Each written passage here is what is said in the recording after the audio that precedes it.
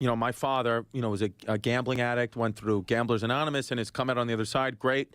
But, you know, I went through a very tough point in my life where, you know, me and Jasmine, you know, my girlfriend, mother of my children, we broke up. We were co-parenting. She was dating someone else. It was all very hard for me.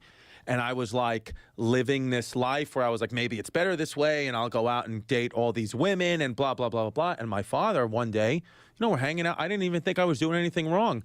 And he sees me, and he's like, you know, could see I'm a little like disheveled, and no drugs, no alcohol. I'm not like that.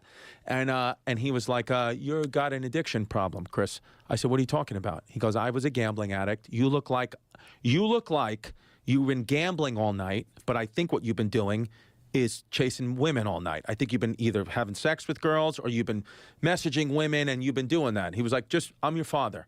Am I right? I said, yeah. I've been, you know, talking to a couple of girls, but whatever. I'm single. You know, she's with somebody else. I'm single. He was like, let me tell you something, Chrissy. He was like, here's what I know about gambling, and here's what I know about life, and here's what I know about what's going to happen to you. You can beat the house 99 times out of 100.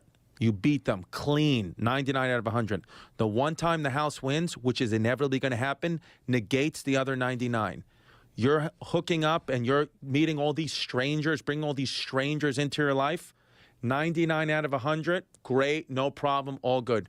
The one stranger that has it in her head that she needs to ruin your life for whatever reason, has a baby, says you did this, says you did that, is going to negate all the rest. You need to limit your probability and stop bringing all these women into your life, and you need to figure out how to go be with the mother of your children, because that is what is the most important thing. That's fantastic fatherly advice. If everybody had a father like that. And he just laid it into me. That's such a great way of laying it down, too. Yeah. It's such a great way of laying it down.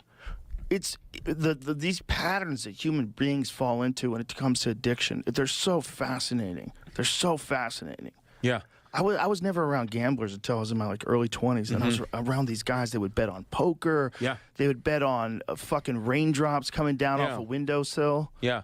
My father was a pretty profound gambler, ruined his marriage with my mother, all that stuff. And what my father said, he would tell me, he was like, you know, when I was growing up, a teenager, he was like, do not gamble. I don't want you to even know what a VIG is. I don't want you to know what a point cover is. I don't want you to know what a spread is. I don't want you to know that stuff.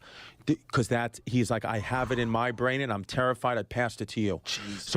So still to this day, as a 38-year-old guy, you know, with all the DraftKings and all that, I don't even know.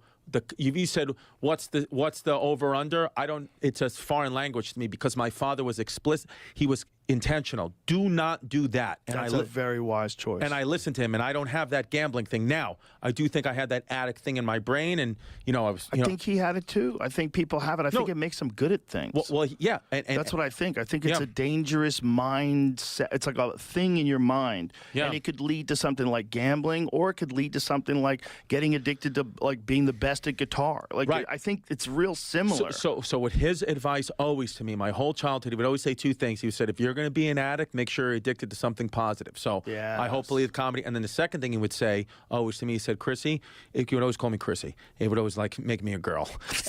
And he would say, you'll love life. You're going to love life when you finally understand that life isn't fair. When you know life isn't fair, you'll love life.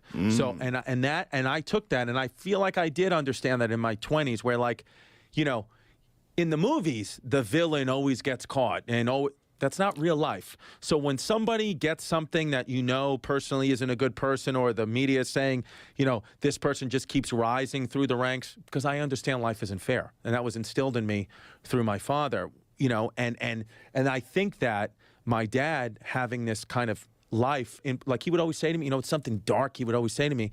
He would say, Chris, you know, he would say, what do you want to be in life? And I would say, you know, as a kid, I want to be a doctor, I want to be an astronaut, you know, I want to be in the NBA, all the things children would say.